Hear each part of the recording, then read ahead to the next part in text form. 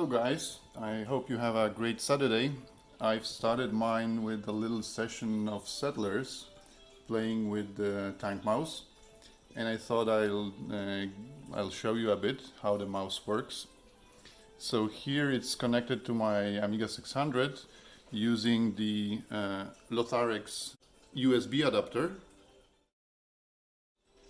So under the mouse there's a little switch. Right now it's set to use the 2.4 GHz connection. You can switch it to use Bluetooth, and then you have this button to make the mouse visible for the Bluetooth computers, receivers.